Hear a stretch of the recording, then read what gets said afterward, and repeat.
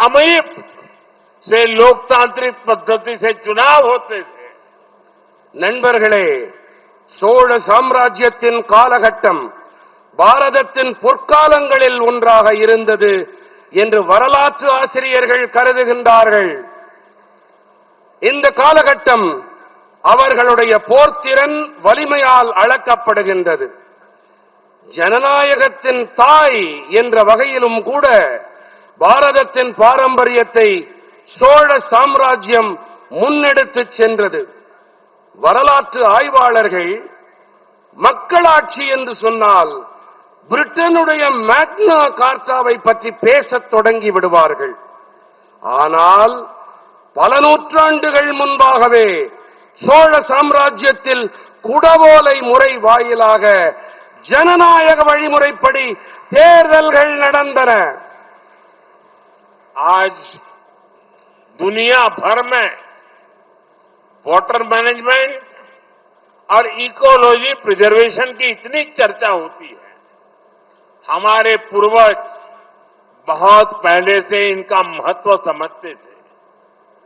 हम ऐसे बहुत से राजाओं के बारे में सुनते हैं जो दूसरी जगह पर विजय प्राप्त करने के बाद सोना, चांदी या पशुधन लेकर आते थे.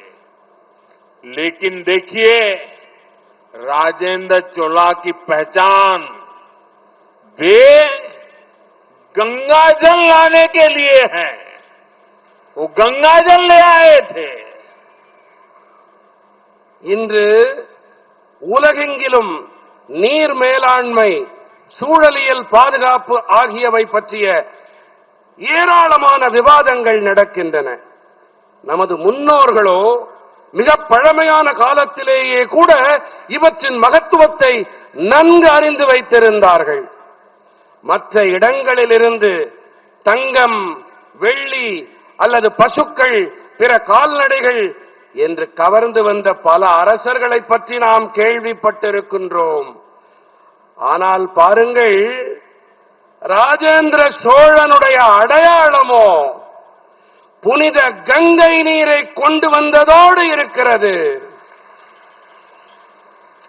राजेंद्र चोला ने उत्तर भारत से गंगा जल लाकर दक्षिण में स्थापित किया.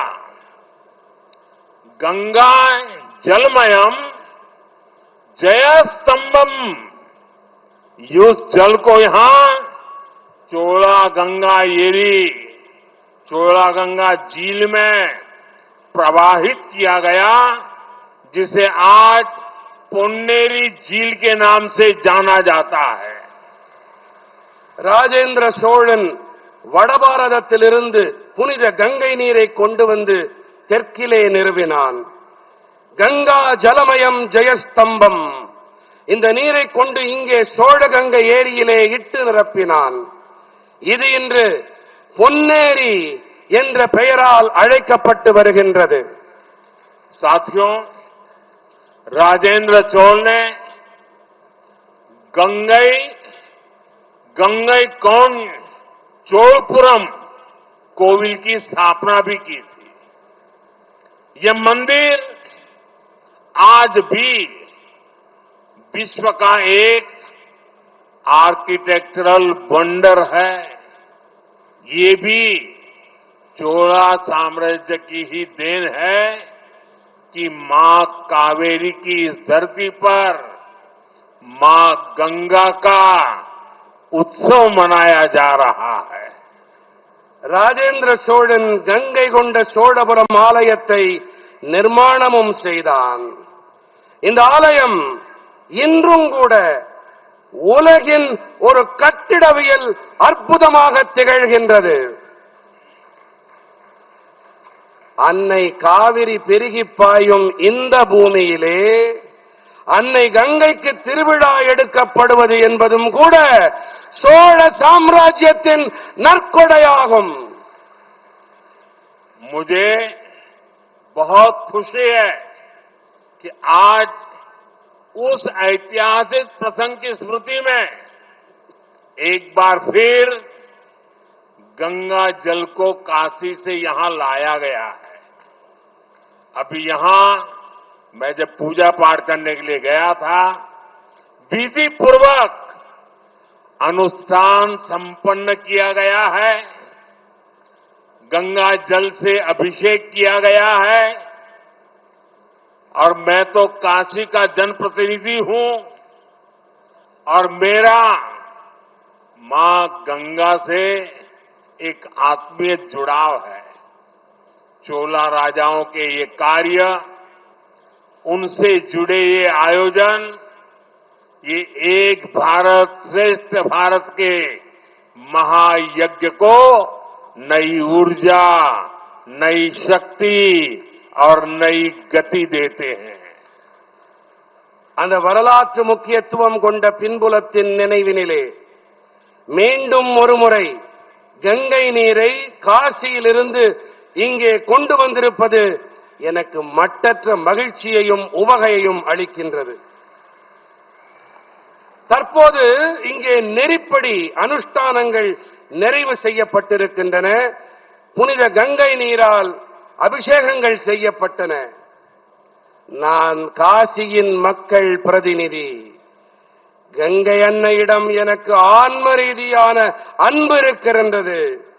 சோழ அரசர்களின் இந்த செயல், அதோடு இணைந்த இந்த ஏற்பாடு ஒரே பாரதம் உன்னத பாரதம் என்ற பெருவேள்வியை போன்றது. இது உற்சாகம் அளிக்கவல்லது, கருத்தூக்கம் அளிக்கவல்லது. भाइयों बहनों, चोला राजाओं ने भारत को सांस्कृतिक एकता के सूत्र में पिरोया था। आज हमारी सरकार चोला युग के उन्हीं विचारों को आगे बढ़ा रही है। हम काशी तमिल संगमम और सौराष्ट्र तमिल संगमम जैसे आयोजनों के जरिए एकता के सदियों पुराने सूत्रों को मजबूत बना रहे हैं। गंगई कौन चोलपुरम जैसे तमिलनाडु के प्राचीन मंदिरों का भी एएसआई के जरिए संरक्षण किया जा रहा है। சகோதர சகோதரிகளே, சோழ அரசர்கள் பாரதத்தை கலாச்சார ஒற்றுமை என்ற இழை கொண்டு இணைத்தார்கள். இன்று நம்முடைய அரசாங்கம் சோழர்களுடைய இதே கருத்துக்களை, எண்ணங்களை முன்னெடுத்து செல்லுகின்றது.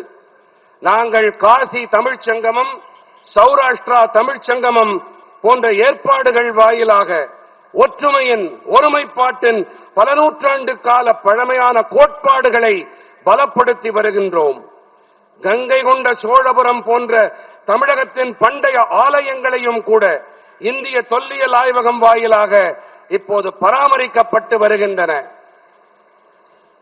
जब देश की नई संसद का लोकार्पण हुआ तो हमारे शिव आधीनम के संतों ने उस आयोजन का आध्यात्मिक नेतृत्व किया था। सब यहां मौजूद है। तमिल संस्कृति से जुड़े पवित्र सेंगोल को संसद में स्थापित किया गया है। मैं आज भी उस पल को याद करता हूं तो गौरव से भर जाता हूं। தேசத்தின் புதிய நாடாளுமன்றம் நாட்டுக்கு அர்ப்பணிக்கப்பட்ட வேளையிலே நமது சிவாதீனங்கள் புனிதர்கள் அந்த நிகழ்ச்சியின் ஆன்மீக தலைமையை ஏற்றார்கள். இதோ அவர்கள் உங்கள் மத்தியிலே இங்கே வீற்றிருக்கின்றார்கள். தமிழ் கலாச்சாரத்தோடு இணைந்த புனிதமான செங்கோல் நாடாளுமன்றத்தில் நிறுவப்பட்டது. அந்த கணங்களை நான் இன்று நினைத்து பார்த்தாலும் கூட என் நெஞ்சம் பெருமிதத்தில் பொங்குகிறது. साथियों, मैंने अभी चिदंबरम के नटराज मंदिर के कुछ दीक्षितरों से मुलाकात की है। उन्होंने मुझे इस दिव्य मंदिर का पवित्र प्रसाद भेंट किया, जहां भगवान शिव की नटराज रूप में पूजा होती है। नटराज का ये स्वरूप, ये हमारी फिलॉसफी, और साइंटिफिक रूट्स का प्रतीक है। நண்பர்களே, நான் இப்போதுதான் சிதம்பரம் நடராஜா ஆலயத்தின் சில தீட்சிதர்களை சந்தித்தேன். சிவபெருமான் நடராஜராக வழிபடக்கூடிய அந்த திவ்யமான ஆலயத்தின் பவித்திரமான பிரசாதத்தை அவர்கள் எனக்கு அளித்தார்கள். நடராஜரின் இந்த ஸ்வரூபம், இது நமது தத்துவம், அறிவியல் வேர்கள் ஆகியவற்றின் அடையாளம்.